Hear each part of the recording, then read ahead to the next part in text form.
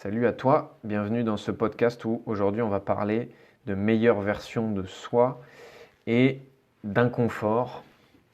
Je suis dans une période en ce moment dans ma vie pro, dans mon business où je suis très challengé, je rencontre beaucoup de défis et donc c'est une période en ce moment, on va dire ces derniers jours voire semaines, très inconfortable pour moi. Ça ne veut pas dire que je suis en dépression, que je pleure tous les jours, pas du tout. Mais en tout cas, il y a une forte dose d'inconfort pour moi en ce moment. Pourquoi? Parce que surtout quand tu es entrepreneur, tu rencontres énormément de défis. Si tu passes beaucoup à l'action, tu rencontres beaucoup aussi d'échecs, tu fais beaucoup d'erreurs. Euh, Quand tu testes évidemment de nouvelles choses, tu sors de ta zone de confort. Et en ce moment, je suis en plein dedans. C'est comme si je prenais un bain d'inconfort parce que je teste de nouvelles choses, parce que forcément quand je teste, il y a des trucs qui marchent et des trucs qui marchent moins bien. Parce que plus ton message il porte, plus il y a de monde dans le groupe, plus on est suivi par des gens, plus tu as aussi de l'opposition et des gens qui ne sont pas d'accord avec ce que tu fais, voire qui critiquent ce que tu fais. Et donc, évidemment, en ce moment, je suis dans un bain d'inconfort.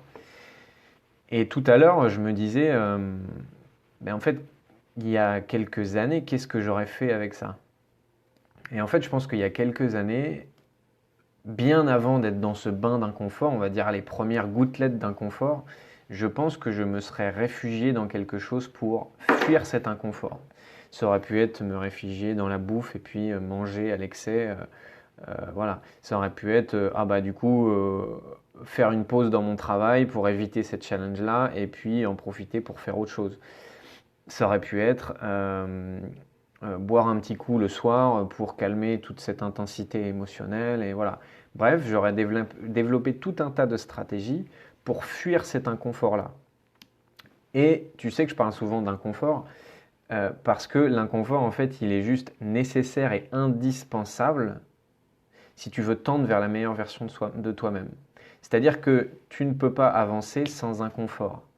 Tu ne peux pas avancer sans par moment rencontrer des défis, des challenges, des obstacles, parce que c'est justement ces défis, ces challenges, ces obstacles qui vont te faire grandir, qui vont te faire apprendre des choses. Et oui, tu apprends de tes victoires et de ce que tu réussis, mais tu apprends encore plus de ce que tu échoues, si tu l'as décidé bien sûr, et des merdes et des challenges qui t'arrivent. C'est comme ça que tu progresses le plus. Et donc face à ça, j'avais déjà fait un épisode sur ça, soit tu essayes de fuir ça, et dès qu'il y a de l'intensité émotionnelle, dès que tu es en inconfort, tu vas fuir dans autre chose, la bouffe, la drogue, le sexe, acheter des trucs sur Amazon ou quoi, soit tu l'affrontes.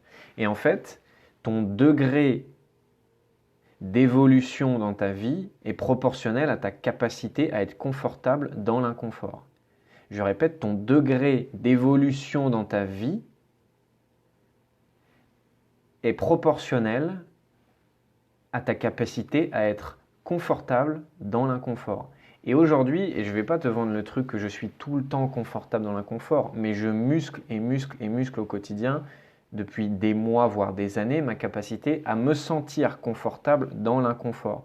C'est-à-dire à ne pas le fuir, mais à me dire que de toute façon, je sais que cet inconfort-là, c'est lui qui va me permettre de grandir. Je sais que grâce à cet inconfort-là, je vais pouvoir trouver des solutions et avoir des idées que jamais je n'aurais eues sans cet inconfort-là.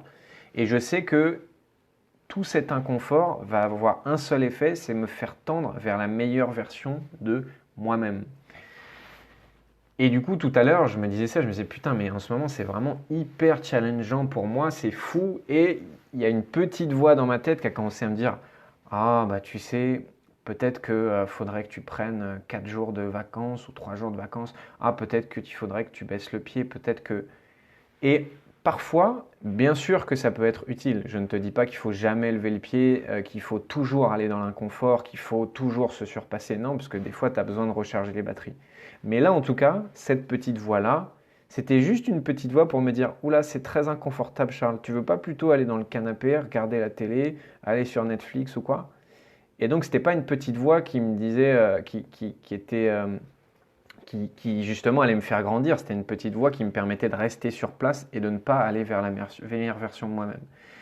Et du coup, cette petite voix, elle est très vite passée. Je l'ai vue passer dans ma tête et je me suis dit, ok, bah non, mais en fait, juste, je vais grandir de cette période-là, qui va encore durer peut-être un jour, 7 jours, une semaine, 2 semaines, je ne sais pas. Mais c'est exactement ce dont j'ai besoin pour grandir. Et si tu veux grandir, il y a un chemin à emprunter, c'est le chemin de la résistance.